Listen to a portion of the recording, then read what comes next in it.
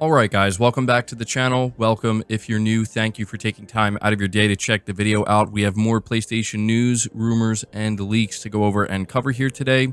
So we are starting with some updates on games that we suspect we're going to be hearing about sometime this year. And we're getting what seems to be a kind of confirmation of when we're going to hear about these games. The first game is Concord. This is being reported by WCCF Tech.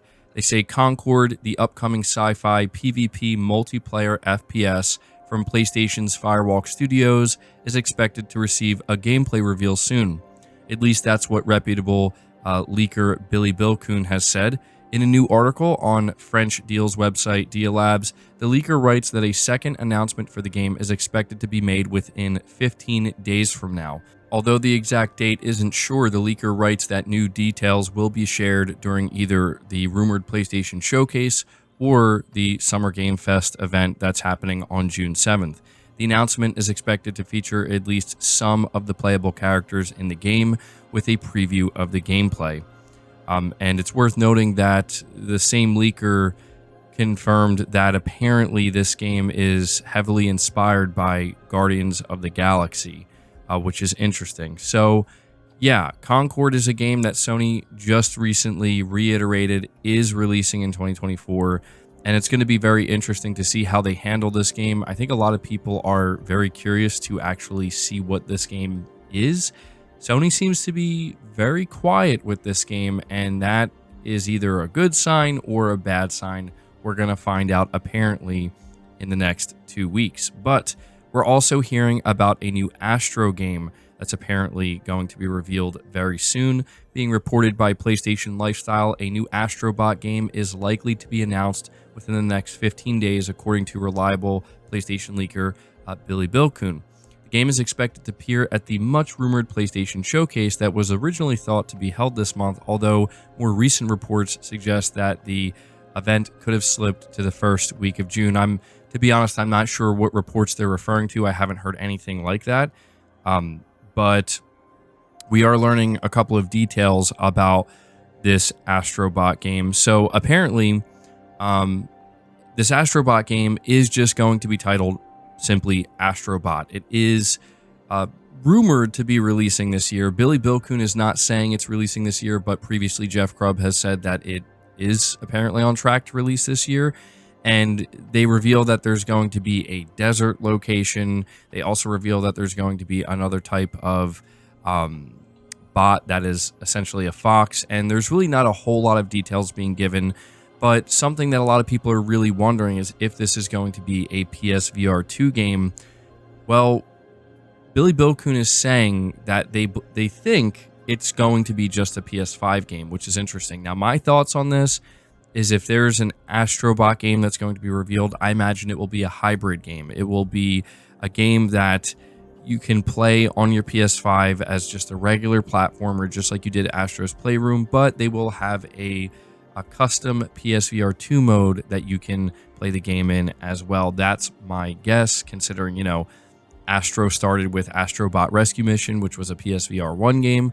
So there you go. There are 2 games apparently we are going to be getting updates on and hearing about within the next 2 weeks. So obviously, we are just waiting patiently for Sony to announce what will either be a state of play or a showcase, or one of these reveals could potentially show up at Summer Game Fest. We know PlayStation is confirmed to be there.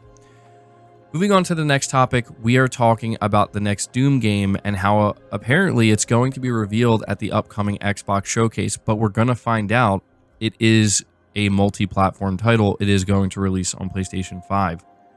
There's an original story here from WCCF Tech with an update. They say there have been a number of clues recently that the announcement of the next entry in the legendary Doom series may be forthcoming, and now a fresh set of rumors have potentially revealed more about what we can expect. According to reliable insider Tom Henderson, the next big entry in id Software's franchise is indeed coming soon and will be known as Doom: The Dark Ages. Henderson says that Doom: The Dark Ages has been in development for roughly 4 years, which makes sense, as Doom Eternal came out in 2020. The game was developed under the codename Year Zero, and the Dark Ages subtitle is quite literal, as the game is said to feature a medieval-inspired Doom world. Beyond that, we don't know much else. with the Doomslayer. Is he doing time travel?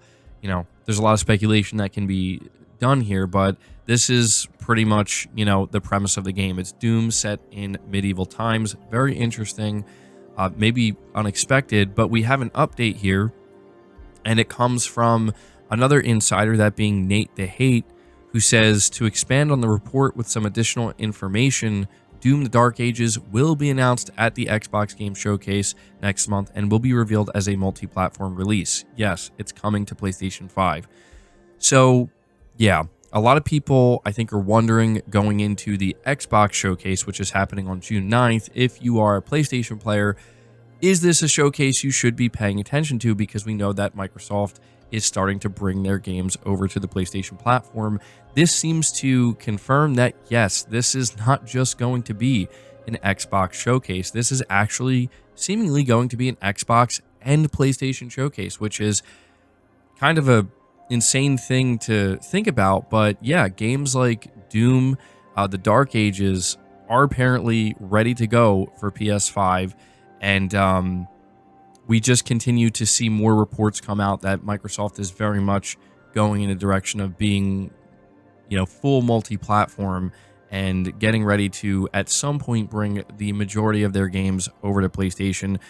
I think that definitely makes going into the Xbox showcase, if you are a PlayStation player, much more interesting, right? Knowing that anything that's revealed during this Xbox showcase could be, coming to PS5. I mean, we could basically be looking at new PS5 reveals as well. So, yeah, definitely a far cry from the conversations we were having when Microsoft, first acquired Bethesda.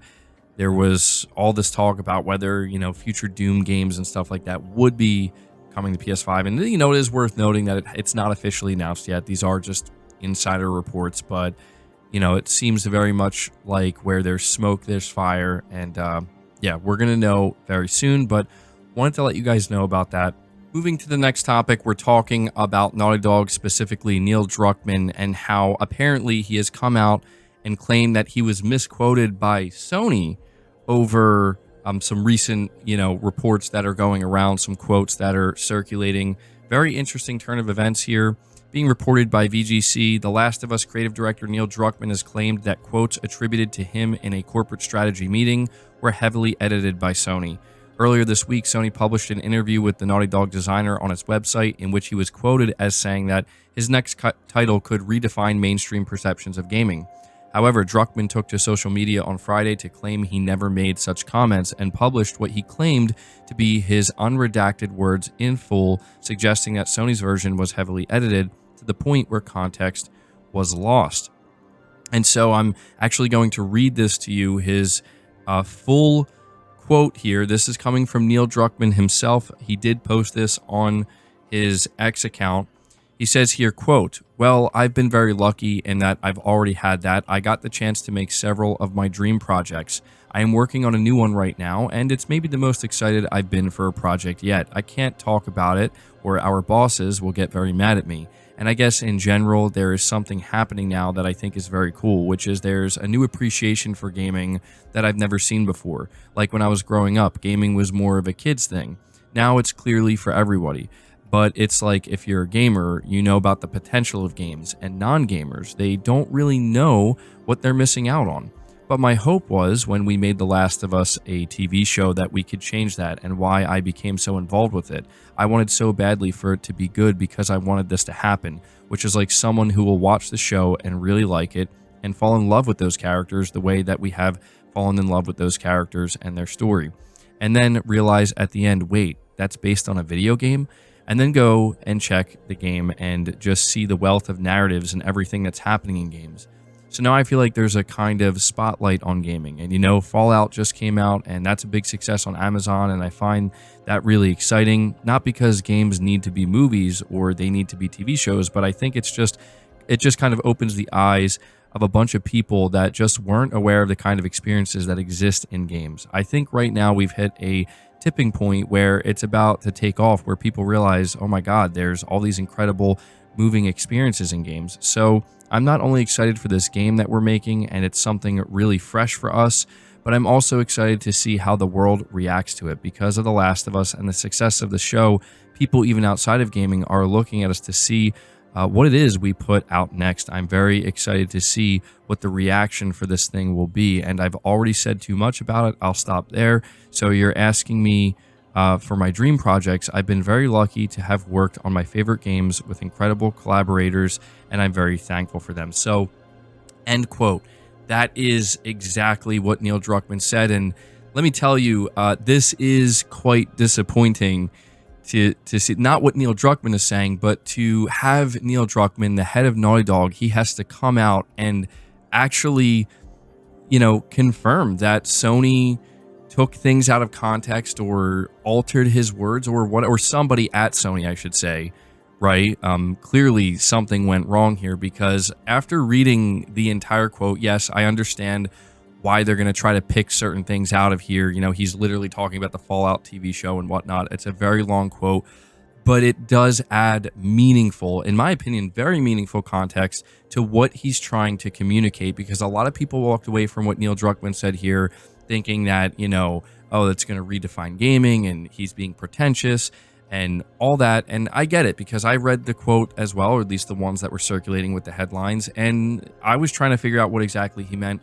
Now that I've had from Neil Druckmann himself the full quote, it's pretty obvious what he's talking about here. He's just simply talking about how now there's going to be more eyes on Naughty Dog than ever before, and they have a real opportunity to, show people that games are more than maybe what a lot of people out there think they are, that they can be very moving, they can tell these types of stories. And, he attributes the expansion into TV shows and stuff like that as helping facilitate this. So after reading this quote here, to me, I'm not picking up anything pretentious. I don't think he said anything wrong. I think he actually did reveal that this is 100% going to be a new IP. He says it's something really fresh for us. And he acknowledges that he might be saying a little bit too much here. But yeah, I actually very much appreciate that Neil Druckmann came out and clarified this and gave the full quote here, because this is just a problem that happens a lot these days, right? Where it's all about the headlines and it's all about the buzzwords and what gets people talking. And I get that, but it's always important to have that context. And so I'm curious what you guys think. Now that we have the full quote here, what are your thoughts? We have one last topic here, which talks about a Stellar Blade update. It says here, being reported by PlayStation Lifestyle, Stellar Blade got a new update yesterday, but there was an addition that was barely mentioned in the patch notes. Developer ShiftUp has quietly added 2 new skimpy midsummer outfits to Stellar Blade, possibly in a bid to quell the player outrage following perceived censorship when the game launched on PS5 at the end of April. And so, yeah, this is something that I feel like not a lot of people are acknowledging, but it's absolutely worth acknowledging, because if you remember last month, there was an absurd amount of outrage about, Sony apparently censoring an outfit in the final version of Stellar Blade. And it's weird because even the CEO of ShiftUp, Hyung Tae Kim, he insists that the updated versions of the 2 outfits were intended to be their final versions, but people really didn't want to listen to what he said, and they were just absolutely convinced that, no, this is censorship. But if you look at the new outfits that they just released, these outfits are actually, I would say, even more revealing, significantly so, than the ones that were supposedly censored. So at this point, it seems clear to me that there was no censorship, right? Sony didn't come in and say, hey, you need to censor this outfit. I actually 100% do believe Hyung Tae Kim when he says, yeah, that was the intended version that we wanted to do, because if that was the case, we would not be getting these outfits right now. They would not look like this. I think that's the point here. So there you go. Nice to know, though, there is an update to Stellar Blade, though. You can unlock these new outfits, and yeah, they're continuing to support the game, which is nice. And obviously, there were some bug fixes and stuff like that.